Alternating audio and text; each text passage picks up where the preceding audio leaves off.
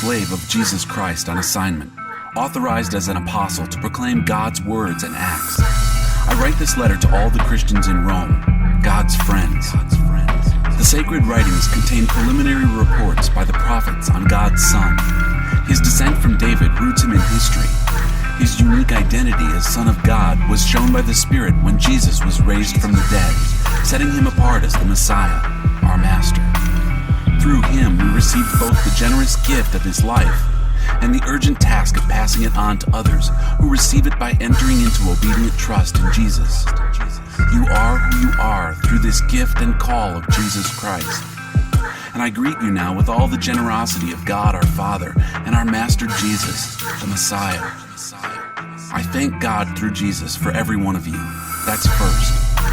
People everywhere keep telling me about your lives of faith, and every time I hear them, I thank Him. And God, whom I so love to worship and serve by spreading the good news of His Son, the message, knows that every time I think of you in my prayers, which is practically all the time, I ask Him to clear the way for me to come and see you. The longer this waiting goes on, the deeper the ache. I so want to be there to deliver God's gift in person and watch you grow stronger right before my eyes. But don't think I'm not expecting to get something out of this too. You have as much to give me as I do to you. Please don't misinterpret my failure to visit you, friends. You have no idea how many times I've made plans for Rome. I've been determined to get some personal enjoyment out of God's work among you, as I have in so many other non-Jewish towns and communities. But something has always come up and prevented it. Everyone I meet, it matters little whether they're mannered or rude, smart or simple, deepens my sense of interdependence and obligation. And that's why I can't wait to get to you in Rome, preaching this wonderful good news of God. It's news I'm most proud to proclaim, this extraordinary message of God's powerful plan to rescue everyone who trusts Him, starting with Jews and then right on to everyone else. God's way of putting people right shows up in the acts of faith, confirming what Scripture has said all along. The person in right standing before God by trusting Him really lives. Ignoring God leads to a downward spiral. But God's angry displeasure erupts as acts of human mistrust and wrongdoing and lying accumulate, as people try to put a shroud over truth. But the basic reality of God is plain enough. Open your eyes and there it is.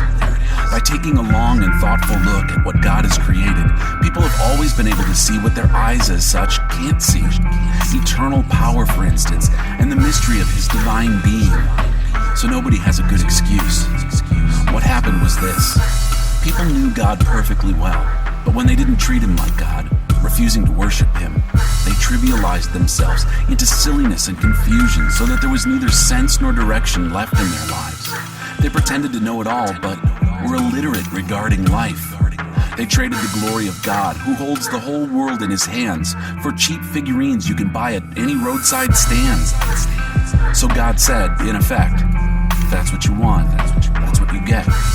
It wasn't long before they were living in a pig pen, smeared with filth, filthy inside and out. And all this because they traded the true God for a fake God and worshiped the God they made instead of the God who made them. The God we bless, the God who blesses us. Oh yes. Worse followed. Refusing to know God, they soon didn't know how to be human either. Women didn't know how to be women, men didn't know how to be men. Sexually confused, they abused and defiled one another. Women with women, men with men, all lust, no love. And then they paid for it. Oh, how they paid for it. Emptied of God and love, godless and loveless wretches. Since they didn't bother to acknowledge God, God quit bothering them and let them run loose. And then all hell broke loose. Rampant evil, grabbing and grasping, vicious backstabbing. They made life hell on earth with their envy, wanton killing, bickering and cheating. Look at them. Mean-spirited, venomous, fork-tongued God-bashers. Bullies, swaggerers, insufferable windbags. They keep inventing new ways of wrecking lives.